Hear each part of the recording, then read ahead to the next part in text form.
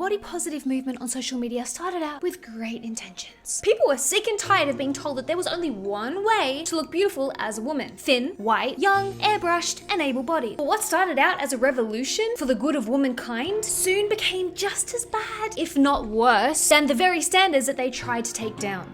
Body positivity is a scam. A collective of savvy influencers with dollar signs in their eyes spied an opportunity to take a popular movement, use it to their advantage, and monetize it. Soon, what started out as something so positive and well-meant became nothing more than just another way for money-hungry, out-of-touch influencers to make a quick buck at the expense of their audience. Quick pause to thank this video's sponsor, Love and Pies. So here's the deal. Disaster has struck. Your mom's cafe has literally just burnt down under mysterious circumstances, and you find yourself needing to rebuild it whilst at the same time discovering the secrets behind the fire. Which, for those of you who, like me, love a little bit of interior design, that's entertaining enough. But here's the kicker. It's not just decorating. As you bake treats and serve customers and transform your cafe into the business of your dreams, things take an unexpected turn. Your high school sweetheart shows up, reigniting old feelings and adding a touch of spice to the drama. The gameplay is simple, just the kind you want after a long day when you just want to lie down and kick your feet up and do something relaxing but also entertaining. The aim is to match fitting ingredients to create pies or other baked goods to then serve to your customers. The tips you earn help finance all the upgrades and decorations for your cafe, and as you progress through the game, you begin to unlock the storyline. It's really all about creativity, self-expression, and that cozy, rewarding feeling of watching your cafe transform while the story unfolds. And right now is the perfect time to jump in because the Halloween events just dropped. There are limited time decorations, story twists, and it has become my favorite way to chill out after a long day. The game is free to download, and if you use my link below, you will get an exclusive welcome gift, 200 energy, and 50 gems, which is the perfect boost to help you dive straight into the spooky events and start personalizing your cafe. So if you love cozy vibes, decorating, and a good mystery, you will love this game. Download it now using the link down below and come build your cafe with me. So Karina Irby has been caught out editing her photos. These images posted by a creator called John show warped walls and doors, even more recent Reels covers, and the difference between the Reel cover and then the actual video,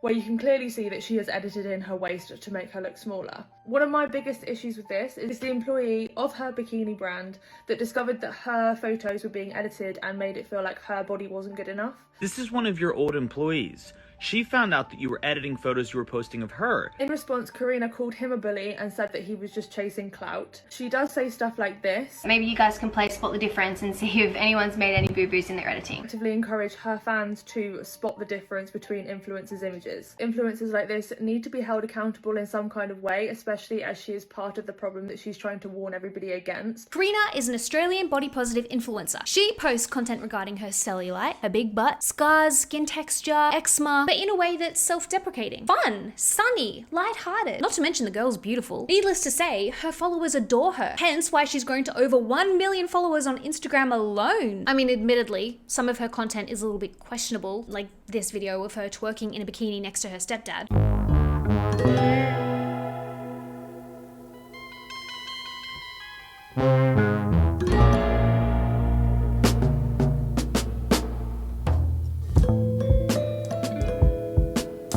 Overall, it's nice to see a woman on social media unashamedly happy with her body and having fun. And if that is where this story ends, that would be great. She wouldn't be in this video. But there is more to Karina Irby's story than meets the eye. And she has been caught in her fair share of very non-body positive controversies. Probably the most toxic being the time she was found to be photoshopping her images and editing herself smaller on her Instagram whilst promoting body confidence. I'll let Goob explain this one. This has to be the biggest amount of hypocrisy I've ever come across in doing these stories. Welcome to the show, Karina Irby. So this is Karina Irby, 1.2 million followers. She owns the Moana Bikini Company. But she's really well known for making posts like this where she encourages girls to not edit their photos and not edit their cellulite out. Here's another one. And here's a post where she's actually poking fun at girls that Photoshop their photos. And in the caption she says, "No joke, people are still editing their photos like this." She says, "Be the change you want to see." I am the change I want to see. Let's get into it. So why am I saying she's a hypocrite? Well, Karina, it looks like you pulled your waist in on this one. If we draw this red line down from the slat, this should be farther over than it is here. And in this photo, I couldn't help but notice the metal in your shower is bending. I added some red lines, but you can see right here where it moves out and then moves back in up top because you edited your ass to be bigger. In this photo, I'm not sure what happened to this poor Land Rover. That dimpling in the metal, definitely not up to code. Here's one in the shower. That shouldn't be bent. Remember this photo? Look in the corner. That doesn't look right. Maybe there's a reference photo. All right, here we go. Now let's zoom and compare. You cooked it! You cooked it! The corner's bent. This one's hilarious. She warped this poor kid's head to make her waist smaller. Let me show you. Before the kid's head got caught in her Photoshop vortex. And then you can see she like egghead the poor kid over here. Karina, I'm disappointed in you. You've built an entire brand on being real, but you aren't real. Your captions talk about how you understand how dangerous this is for body image, and then you do it anyway. Do better. Okay, so that's not ideal. A body positive influencer that has been outed for editing her photos on my page again? This is Karina Irby, and it's not the first time she's been on my page. In fact, the last time I called Karina out, she actually had her attorney send me a cease and desist, because we all know the truth is illegal. Karina, if you know these edited images are a bad thing, and you're a body positive influencer, the fuck happened to the car window here? You edited this photo so much, it warped space and time. Shit looks like it's been in a front-on collision after you were done with this image. Oh, no. I get it now.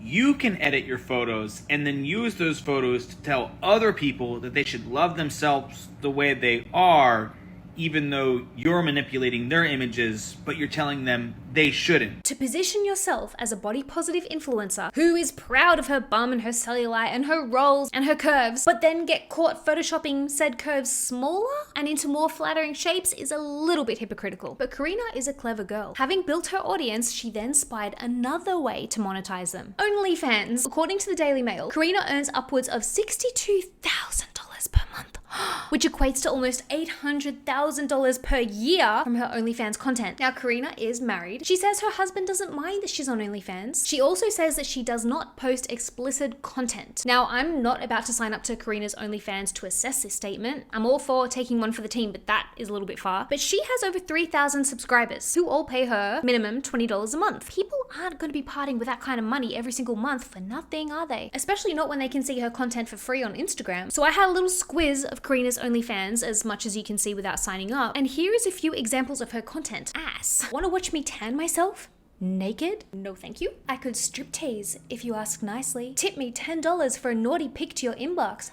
Imagine what the neighbors get to see. Ice. Now, I'm all for spying a niche in the market and capitalizing on it and giving the people what they want. But this feels a little icky to me. To position yourself as a female body positivity influencer, build your entire fan base and following off that, and then pivot to creating spicy content on OnlyFans for the male gaze, I mean, that to me is less about body positivity and more about satisfying men's salacious appetite for big booties. To me, and this is just my humble opinion, it seems like a sneaky way to make money off a male fetish, big booty, under the guise of female body empowerment. It seems a little disingenuous to me. Then there's the infamous Clara Dow. And I call her infamous because she is indeed famous, but she's famous for all the wrong reasons. Clara began her steady rise to social media infamy by posting videos about her flat chest. Clara has no boobs. She'd happily tell you that herself. All her content was based around this fact. One of our interns here, she said that you make music for gays.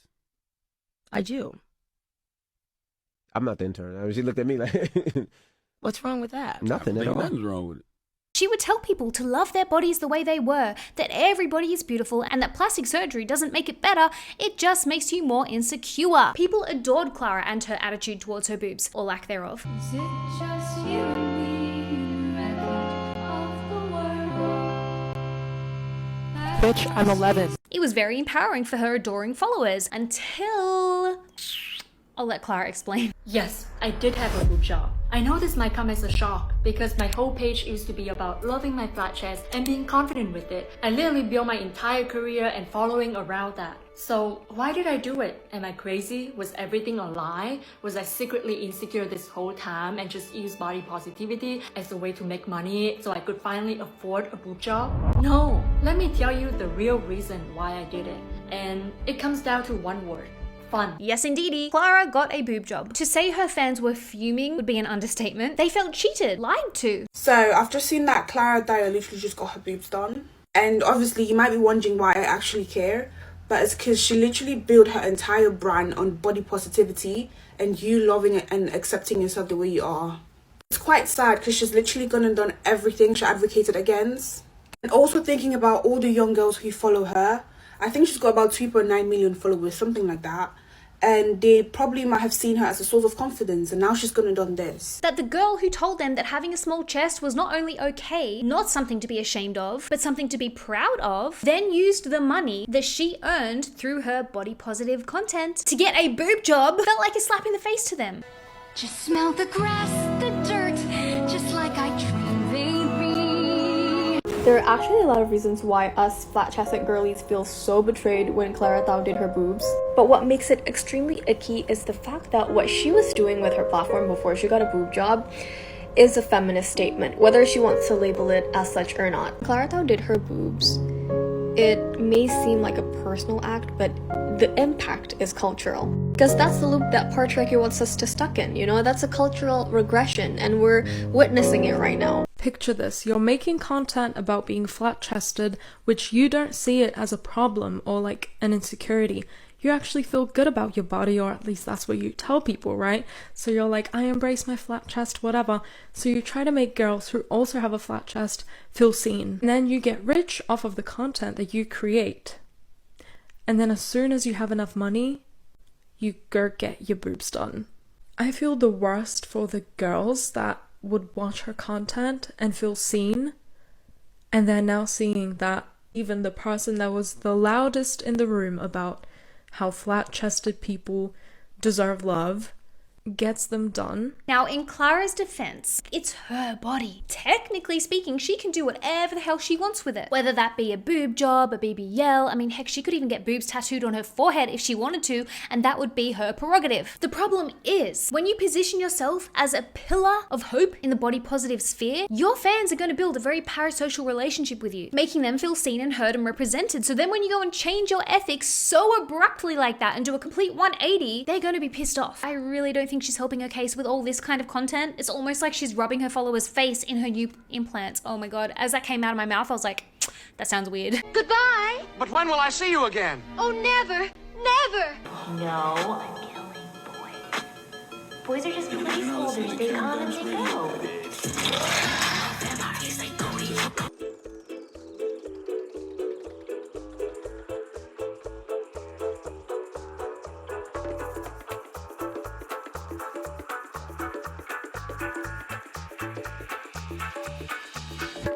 But this is where the body positivity movement and monetizing your platform when you've built your audience based on the body positive movement becomes a little bit problematic. The scale and intent are different when you're selling vulnerability as your product. I think the body positivity movement is hugely necessary. I think it is, in fact, very positive, but it's when people join such a movement, not to add to it or because they feel genuinely passionate about it, but because they've spied a canny way of monetizing such a movement, that's when we start running into inconsistencies and problems. And at the end of the day, it's the followers who pay the price, literally and figuratively. I am fully aware of what y'all say about me. Number one, and I don't give a fuck. Like God, keep it a stack.